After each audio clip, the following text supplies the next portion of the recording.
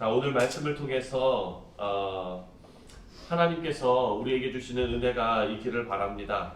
우리가 민수기를 계속해서 묵상해 오면서 조금 정리를 하면 이제 하나님께서 시내산에서 이스라엘 백성들을 출애굽한 이스라엘 백성들을 모아 놓으시고 하나님의 말씀을 주시고 그리고 준비시키셔서 이들을 가나안을 향해서 행진을 시키셨습니다. 그런데 가데스 바네아에 이르러서 이들이 하나님 앞에 범죄하고 그리고 부정적인 생각을 가지고 그 일을 완수하지 못하고 이제 출애굽 1세대는 광야에서 다 죽게 되고 그리고 2세대들만 가나안 땅에 들어갈 수 있다라는 그런 말씀을 받습니다. 그리고 나서 그 이후에 오랜 시간 동안을 방황하다가 다시 처음 시작했던 가데스 바네아에 모여서 이제 이들이 모압을 건너가려고 했었는데 못 건너가고 그리고 에돔 땅을 지나가려고 했었는데 못 갔죠. 그리고 밑으로 해가지고 다시 위로 올라갔어요. 그래서 이제 그 암몬 자손을 다 물리치고 하나님께서 인도하시는 그 위쪽 이제 그 가나안 땅이 보이는 그곳까지 이르렀습니다. 그랬더니 지금 여기 나오는 이 문제가 뭐냐면 모압 왕이 이렇게 그 승승장구하는 그런 이스라엘을 보면서 두려워했던 거예요. 네, 그래서 지금 주술사를 불러다가 저들을 저주해달라 이런 상황입니다. 그래서 복채를 갖다가 여러 차례 삼고초려해가지고 이 사람을 데리고 온 그런 상황입니다.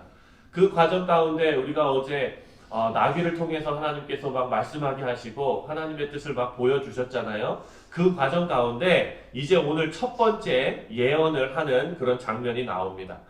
여러분, 우리는 말씀을 통해서 하나님께서 어떤 분이신지를 깨달아 알아야 합니다. 성경에 나오는 우리를 구속하시기 위한 하나님의 그 사랑은 자신의 아들을 내어주실 정도로 깊고 크다라는 것을 알 수 있습니다. 또한 우리가 또 알 수 있는 것은 하나님께서는 우리의 불순종에도 불구하고 어떻게 해서든지 하나님의 뜻에 맞는 도구로 사용하시기 위해서 기다리시고 인내하신다라는 것도 알 수 있습니다. 사실 하나님의 뜻을 거스르는 이 발람에게 하나님의 사자를 통해서 경고하시고 또 나귀를 통해서 말하게 하시는 하나님은 발람에게 지금 기회를 주시는 것입니다. 발람은 하나님 말씀에 무조건 순종했어야 합니다. 하나님께서는 오래 참으시는 분이시지만 죄를 그냥 두고 계시지는 않는 그런 분이십니다. 왜냐하면 민수기에서 우리가 얻는 교훈이 뭡니까? 우리 죄가 하나님의 거룩을 훼손하기 때문에 우리가 죄를 사함을 받고 죄를 해결받아야 한다는 것입니다. 하나님의 말씀을 계속 거역하는 자는 자기 자신을 위태롭게 만드는 것임을 우리는 지난 말씀을 통해서 살펴보았습니다.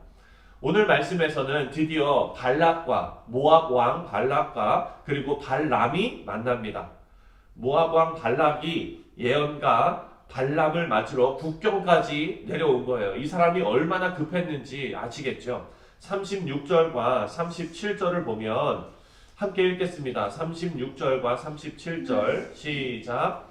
발람이 온다 함을 듣고 모압 변경의 끝 아르논가에 있는 성읍까지 가서 그를 영접하고 발람은 발람에게 이르되 내가 특별히 사람을 보내어 그대를 부르지 아니하였느냐?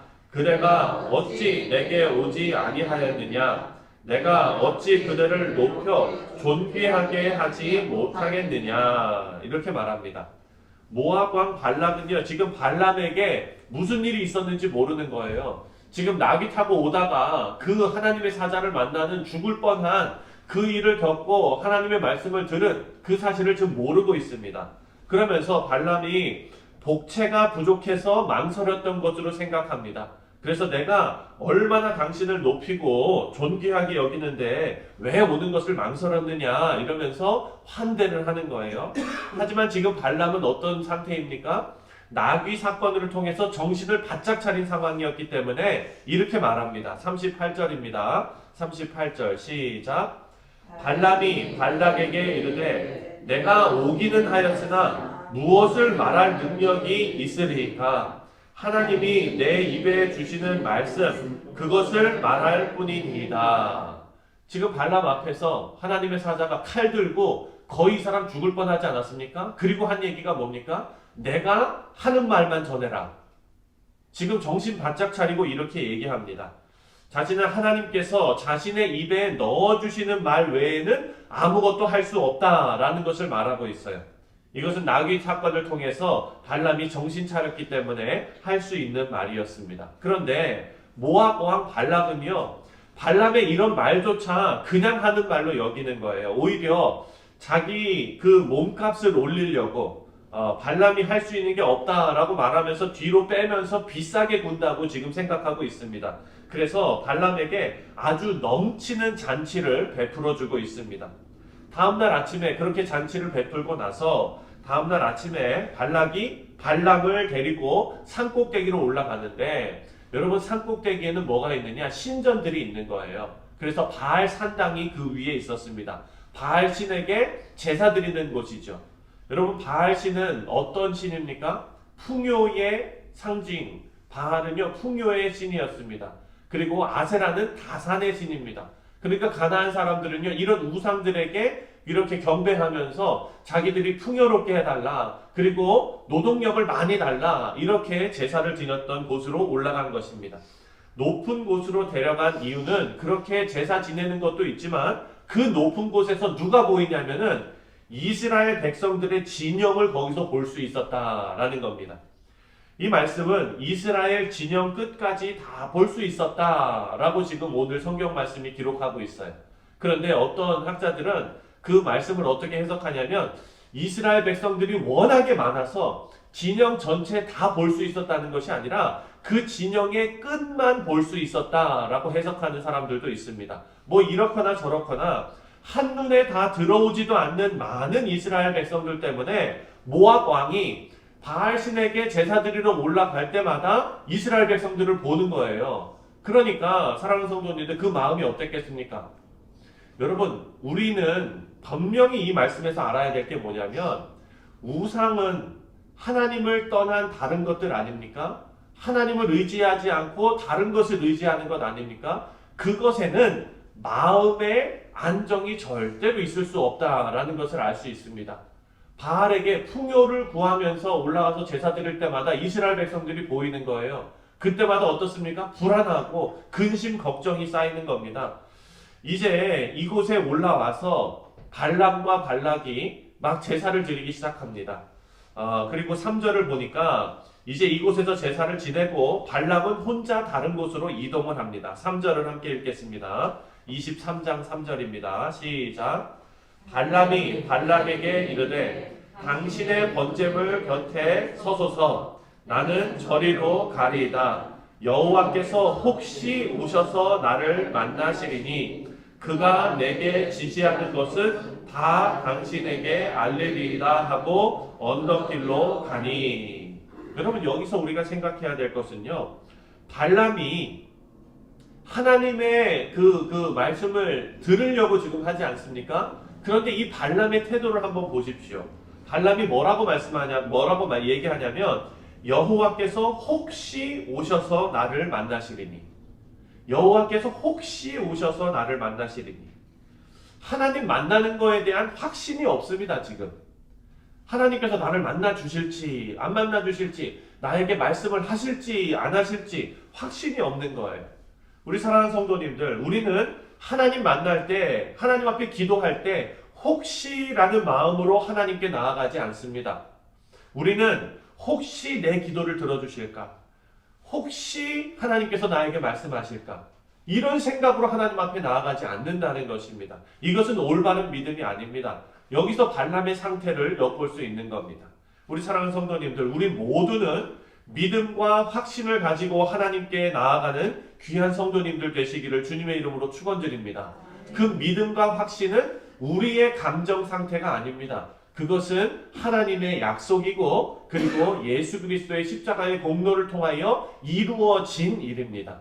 그래서 우리는 내가 죄 지었을 때는 교회 나가는 것이 부끄럽고, 내가 좀 마음에 어떤 것이 있을 때는 말씀 읽는 것이 너무나 부끄럽고, 하나님 앞에 나아가지 못할 감정 상태는 될 수 있으나 그것이 우리의 하나님께 나아감에 대한 어떤 조건이 될 수는 없다는 것입니다. 그 조건은 하나님께서 제시해 주셨고 그것은 변하지 않는 사실이라는 것을 알 수 있습니다. 어쨌든 하나님께서 이런 발람에게 말씀하십니다. 왜냐하면 하나님께서는 지금 어떤 계획을 가지고 계시기 때문입니다.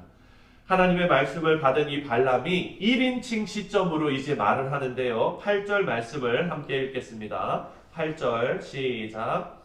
하나님이 저주하지 않으신 자를 내가 어찌 저주하며 여호와께서 꾸짖지 않으신 자를 내가 어찌 꾸짖으랴. 발락이 발람을 데려오고 복채도 내고 융숭하게 대접도 한 이유는 이스라엘 백성들을 저주하라는 거였어요. 근데 시작부터 분위기가 이상합니다. 하나님께서 저주하지 않으신 이스라엘을 내가 어떻게 저주하느냐라고 말합니다. 9절과 10절을 함께 또 읽겠습니다. 9절과 10절 시작.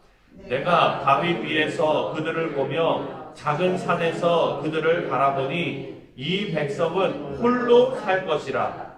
그를 여러 민족 중에 하나로 여기지 않으리로다. 야곱의 티끌을 누가 능히 세며 이스라엘 4분의 1을 누가 능히 셀고 나는 의인의 죽음을 죽기 원하며 나의 종말이 그와 같기를 바라노라 하네. 지금 발람은 이스라엘을 저주하는 것이 아니라 이스라엘을 축복합니다. 지금 9절에 이 백성은 여러 민족 중에 하나가 아니라 선택받은 백성이다 라고 축복하고 있어요. 그리고 10절에 보니까 이스라엘은 번성하게 될 것이다. 그리고 발람, 이 지금 예언을 하나님의 말씀을 지금 대언하는 이 발람 자신도 그 번성하는 이스라엘과 함께 하기를 소망한다. 이렇게 말하고 있어요. 이것이 발람이 받은 신탁입니다. 발락은요, 이런 것을 기대하려고 그 사람을 그 먼 데서 데려온 것이 아니지요. 그래서 항의를 합니다. 11절입니다. 11절 시작. 발락이 발람에게 이르되 그대가 어찌 내게 이같이 행하느냐. 나의 원수를 저주하라고 그대를 데려왔거늘 그대가 오히려 축복하였도다. 발람이 지금 이 얘기를 듣고 이런 항의를 받으면서 할 수 있는 말은 하나밖에 없어요. 12절입니다. 시작. 발람이 대답하여 이르되 여호와께서 내 입에 주신 말씀을 내가 어찌 말하지 아니할 수 있으리까. 네, 그거밖에 없는 거예요. 사랑하는 성도님들, 여기서 우리 성도들은요, 성도들의 인생 배후에서 역사하시는 하나님을 발견할 수 있습니다.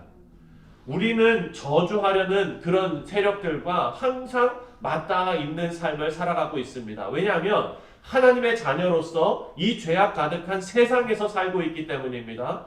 성도를, 믿음을 지키려고 하는 이 성도를 공격하려는 세력은 참 많습니다. 그래서 우리를 저주하려는 세력이 있고요. 심지어 우리 주변에서 내가 망하기를 바라는 사람들도 있을 것입니다. 위협당하고 인생이 위태로워 보입니다. 하지만 우리 뒤에는 하나님이 계심을 우리는 믿습니다. 하나님께서 내 편이라는 것이 믿어지면 나를 공격하는, 나를 위협하는 그 모든 것이 우습게 여겨집니다. 힘과 용기가 생기고 하나님 안에서 담대함과 강건함이 충만해질 줄 믿습니다. 우리 사랑하는 성도님들, 우리 모두가 하나님의 선하신 계획 안에 있는 것을 믿으시기 바랍니다. 그리고 그 계획 안에서 우리의 배후에서 우리를 눈동자와 같이 지키시고 인도하시는 그 하나님을 믿는 귀한 성도님들이 되시기를 주님의 이름으로 축원드립니다.